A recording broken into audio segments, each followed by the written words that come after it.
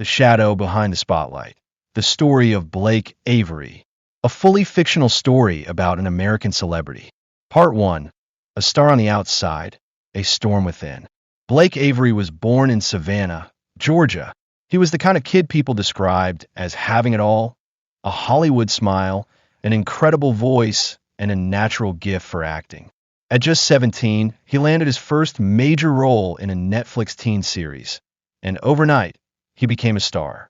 Fans swarmed him, red carpets became his norm, and he was soon doing interviews on The Tonight Show. But behind the bright lights, a darker truth was lurking. Part 2. A Hidden Past. At the peak of his fame, when Blake was 24, strange rumors started appearing in tabloids. An anonymous blogger claimed Blake wasn't really a Savannah-born golden boy, but actually the adopted son of a fugitive named Marla Stevens who had been hiding under a false identity. At first, Blake ignored the rumors, but the truth wasn't far off. He had indeed been adopted. His birth mother was arrested in New Mexico in 2006 for participating in a bank robbery. He had spent his early childhood in a foster home under a different name before being adopted by the Avery family at age 12. The revelation shocked the industry. PR agents demanded silence, and producers started canceling contracts. In a single day, his career seemed to vanish. Part 3. The Fall and Disappearance. After the scandal, Blake vanished, quite literally. He stopped posting on social media, didn't answer calls, and disappeared from the public eye. Paparazzi camped outside his Malibu mansion for weeks, but nothing. 8 months later, a journalist named Macy Rogers received an anonymous tip. Blake was living under an alias in Montana, working on a ranch. Macy went there and, to her shock, found him. He was nearly unrecognizable, bearded and dressed in worn-out flannel, but the fire in his eyes was still there. He agreed to one interview on one condition: tell the real story, not the one people expect. Part 4. A Return, but not for fame. Macy's article rocked the country. People empathized with Blake. Studios offered him comeback roles and millions of dollars. He declined them all. Instead, Blake opened a foundation for orphans and troubled youth. His ranch became a rehabilitation center. He began giving talks in prisons and foster homes, speaking honestly about pain, fear, responsibility, and, most of all, hope. Part 5. A Legend of a New Kind. 5 years passed. Blake Avery never returned to acting, but became a legend anyway. People compared him to Johnny Cash and Robin Williams, men who turned their pain into power. His biography became a bestseller, and in 2028, Netflix released a mini-series about his life. A young actor, himself a survivor of depression, portrayed Blake. The story touched millions, and the Avery Foundation expanded across the country. The moral? Sometimes falling from the top isn't the end. It's the beginning of a true, meaningful life. And the greatest fame is found in being useful to others. Part 6. The Interview That Changed Everything. The televised interview between Blake and journalist Macy Rogers aired on a Sunday night. It wasn't flashy, no dramatic music or celebrity hype, just two people sitting under soft lighting, speaking from the heart. Blake confessed everything: his early years in foster care, the night his mother was taken by police, the confusion of growing up with a new name. What shocked the nation most wasn't the crime from his childhood. It was how he survived it without bitterness. His vulnerability inspired people, especially young men who had never heard someone so public speak so honestly about shame, identity, and healing. By Monday morning, the interview had over 100 million views. But Blake? He was already back on the ranch, feeding horses in the snow. Part 7. Letters from the Dark. Following the interview, Blake began receiving thousands of letters. Not from fans, but from prisoners, orphan teens, single parents, and soldiers with PTSD. Many said, "I thought I was alone until I heard your story." He made a habit of reading 20 letters each morning before sunrise. Some made him cry. Others, he answered personally. The more he read, the more he realized his new purpose wasn't acting. It was listening. Part 8. The Prison Visit. One of the letters was from an inmate named Troy, serving 30 years in a high-security prison in Louisiana. You and I are the same, Troy wrote. Except I had no one who believed in me. Blake arranged a visit. The media begged to come, but he refused them all. What happened inside that prison never aired on camera, but when Blake walked out, he was different. Hardened, yes, but more determined than ever. He started working with a team of lawyers and activists to reform the juvenile justice system, especially for kids in foster care who ended up in prison because they were simply forgotten. Part 9. Hollywood Calls Again. A famous director, Samuel Lowell, visited the ranch unexpectedly. He offered Blake the lead role in a $100 million film, a role written specifically for him. We want your real story, not a character, just you. Blake sat on the fence rail, watching the sunset. I'm not sure I'm meant to be seen that way anymore, he said quietly. Lowell responded, then let others see what healing looks like. After weeks of thought, Blake agreed, but only if all profits went to at-risk youth programs. Part 10. Filming Forgiveness. The film, In the Open Sky, was shot in the actual Montana ranch. Blake played himself. No makeup, no script. Scenes were based on his real past, his nightmares, his moments of grace. One scene showed Blake as a young boy sitting alone in a courtroom, watching his birth mother being sentenced. During the shoot, Blake broke down. It wasn't acting, it was a wound opening in real time. The crew didn't move. They just let him cry. And when the camera stopped rolling, Blake whispered, "This time, I'm not alone." Part 11. Premiere Under the Stars. Instead of a red carpet, Blake held the film's premiere outdoors on his ranch. He invited foster families, veterans, teenagers from reform programs, and survivors of abuse. He stood before them all and said, "This film is not about fame. It's about not giving up, even when the world forgets you." The crowd stood in silence. Then one girl, maybe 13, walked up and hugged him. She didn't say a word, but Blake later said that hug meant more than any Oscar. Part 12. Letters from Marla. Out of nowhere, Blake received a letter from his birth mother, Marla Stevens, now 54, still in prison. "I've seen you on TV," it read. "I don't deserve forgiveness, but I wanted you to know. I remember your eyes." Blake froze reading the letter. Days passed, then weeks. Finally, he wrote back, "You took everything from me, but gave me the strength to become someone I never thought I could be." That's not forgiveness, but maybe it's peace. He never visited her, but he sent books every month. Part 13. Betrayal in the Foundation. Success brings shadows. A former friend, now an executive in Blake's charity, was caught embezzling nearly $400,000. The scandal hurt, not because of the money, but because Blake had trusted him like a brother. When reporters asked for a statement, Blake said only, "Even angels fall. We'll rebuild." And he did, but this time with tighter circles. He began personally interviewing anyone working with the youth. No more blind trust. Part 14. The Whisper Network. Quietly, celebrities began reaching out. Not in public, but behind closed doors. One by one, singers, athletes, actors, they asked, "Can I come to the ranch?" Just for a while. Blake welcomed them all, on one condition: leave your phone at the gate. No agents. No paparazzi. The ranch became a sanctuary. Not a rehab. Not a retreat. A place to be human again. Part 15. A Death in the Snow. One night, during a blizzard, a troubled teen named Nathan ran away from the ranch after an argument. They searched for hours.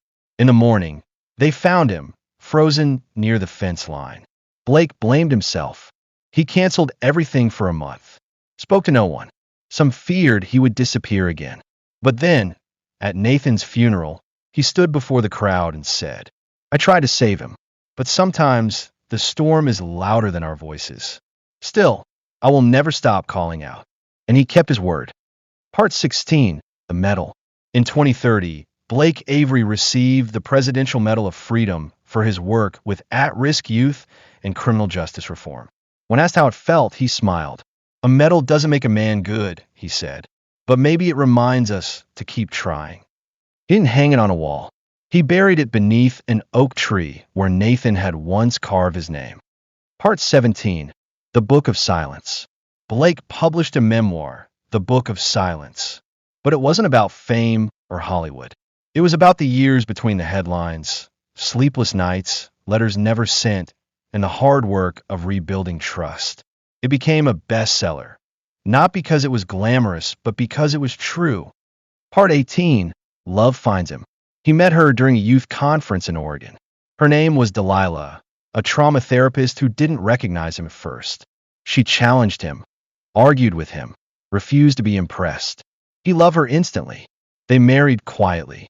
No press, just close friends and foster kids throwing wildflowers.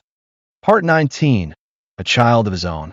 At age 38, Blake became a father. Holding his newborn son, he whispered, "You don't have to carry what I did. I'll be your shield."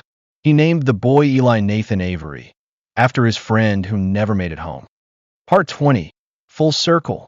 Years later, an old journalist asked, "Do you ever miss acting?" Blake smiled, sitting on the porch with Eli asleep in his arms.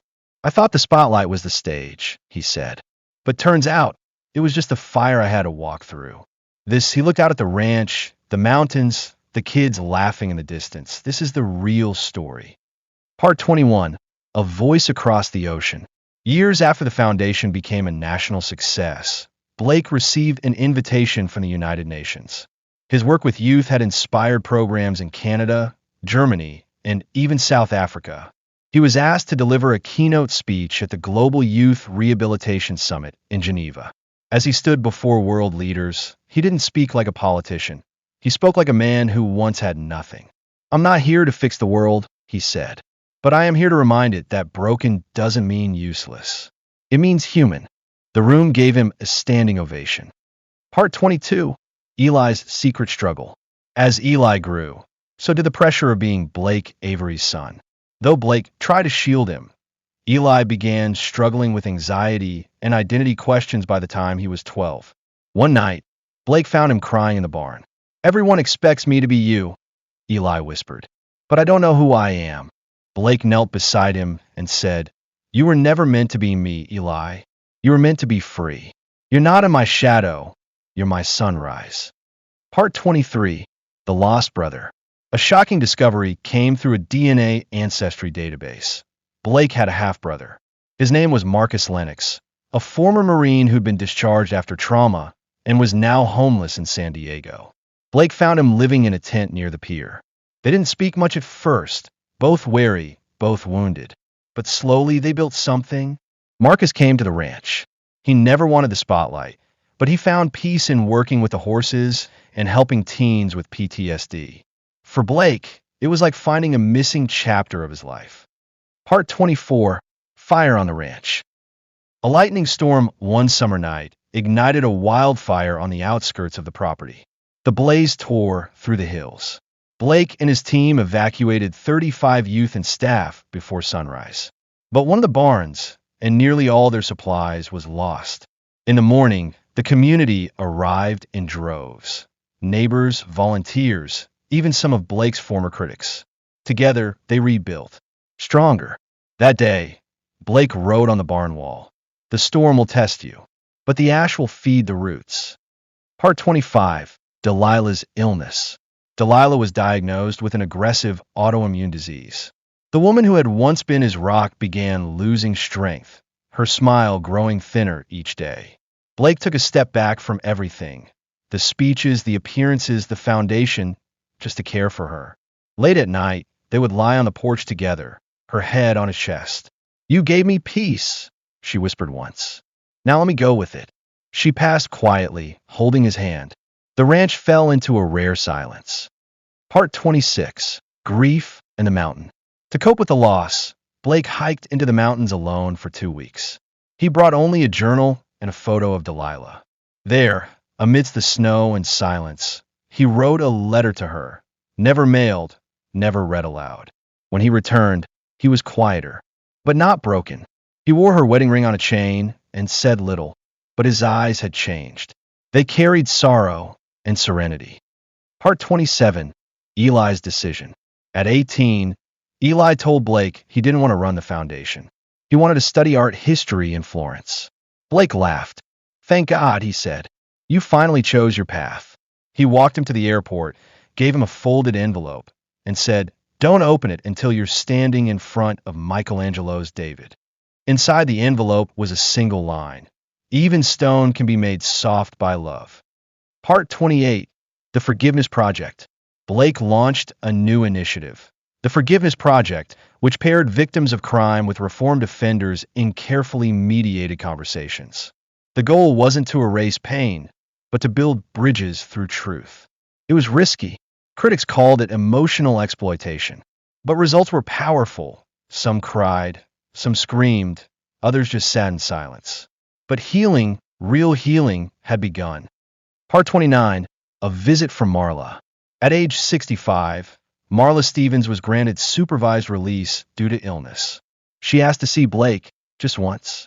After decades of silence, he agreed. They met on a wooden bench near the river on the ranch. "You don't owe me anything," she said. Blake replied, "Maybe not, but I owe myself the choice to let go." They spoke for hours. No cameras, no lawyers, just a son and the woman who broke and birthed his life. She passed away 6 months later. Blake attended her funeral alone. Part 30, The Hall of Names. Blake built a new structure on the ranch, a quiet, wooden hall with hundreds of engraved names on the walls. Each name belonged to someone who had passed through the program. Some were success stories. Some were lost to addiction, suicide, or violence. But all were remembered. On the entrance was carved, "They were here. They mattered." Part 31, The Final Film Offer. Hollywood came calling again. This time, to adapt his entire life, from childhood to present. A major studio, a major budget, Oscar-caliber actors. Blake declined. "This story belongs to too many people now," he said. "It's not mine to sell." Instead, he donated the rights to a non-profit production company that would tell it truthfully, with real actors, real former inmates, real youth from his foundation. Part 32, A Stranger at the Gate. One night, a young woman came to the ranch, barefoot, exhausted, and silent. She refused to say her name. Blake took her in. Weeks passed before she spoke. "I'm the daughter of someone you once helped. He's gone now, but he told me this was the only place where people listen." Her name was Sky. She became one of the most dedicated mentors the ranch had ever seen. Part 33, Rebuilding with Marcus. Blake and Marcus decided to open a second facility in Arizona, near the border, aimed at helping migrant teens and trafficked youth. It wasn't easy. Funding was slow. Politics were tense. But Marcus handled the logistics, while Blake handled the heart. Together, they created something bigger than either could have imagined. Part 34, The Stroke. At age 61, Blake suffered a mild stroke. He recovered quickly, but it was a reminder. Time was catching up. He began writing again. Not for books, but for Eli, for Sky, for the future leaders of the ranch. His final journal was titled, "When I Am Gone, Listen for the Horses." Part 35, Eli Returns. Now 28, Eli returned to Montana with his own son, named Dell. He had become a writer, quiet and introspective, but with his father's empathy. "I don't want your legacy, Dad," Eli said. "I want to continue it, in my own way." Blake smiled. "Then it's yours." Part 36, The Farewell Ride. One morning, Blake saddled his oldest horse, Midnight, and rode alone into the valley. He didn't tell anyone. No goodbye speech. Just a slow ride, wind in his hair. He returned at dusk, slower, tired, but at peace. The next day, he passed the keys of the ranch to Eli and Sky. Part 37, A Letter from Nathan's Mother. Years later, a woman arrived with tears in her eyes. It was Nathan's mother. "I blamed you for years," she said. "But my son, he loved this place." She handed Blake a note written by Nathan before he died. It read, "If I don't make it through this, please tell Blake. He gave me more peace in 1 week than I had in 17 years. Part 38, A Final Speech. At a quiet fundraiser, Blake gave his last public talk. He stood on stage, older, slower, but luminous. "I never became a great actor," he said, "but I became something better. I became someone I needed when I was a boy." Then he stepped off stage and never returned to the spotlight. Part 39, After the Light. Years passed. Blake lived quietly on the ranch, helping when he could, but mostly writing, planting, and walking with his grandson. He died in his sleep at 73. Peacefully. No drama. Just a whisper of wind through the trees. Part 40, Legacy. Today, the Avery Foundation operates in 9 countries. His journals are studied in universities. His story is taught in schools. But more importantly, his spirit lives in thousands of people who were once broken and found hope again. On the ranch gate is a wooden sign with his favorite quote. A spotlight fades, but kindness echoes forever.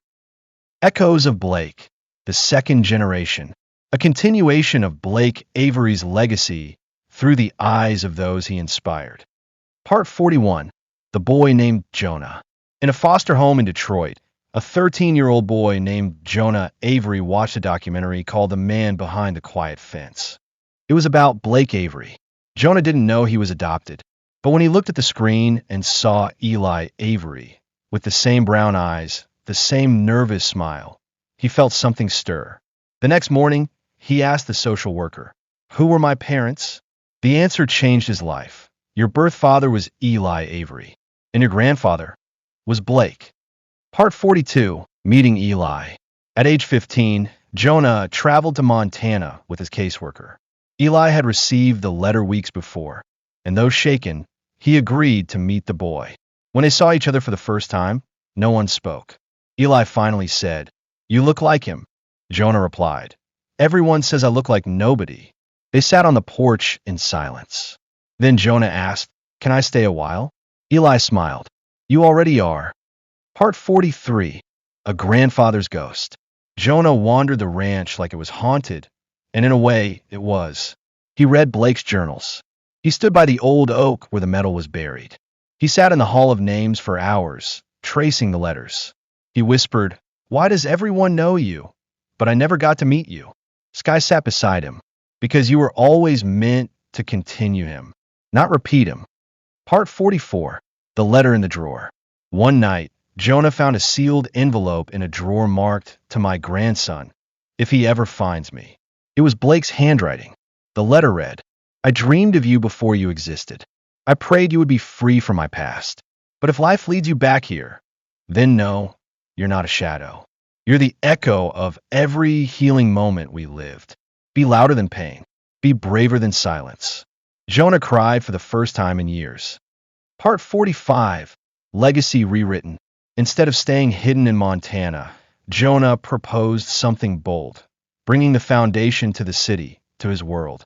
He and Sky launched a mobile therapy and education unit called Echo Vans that traveled from Bronx to Oakland, from reservations to inner-city schools.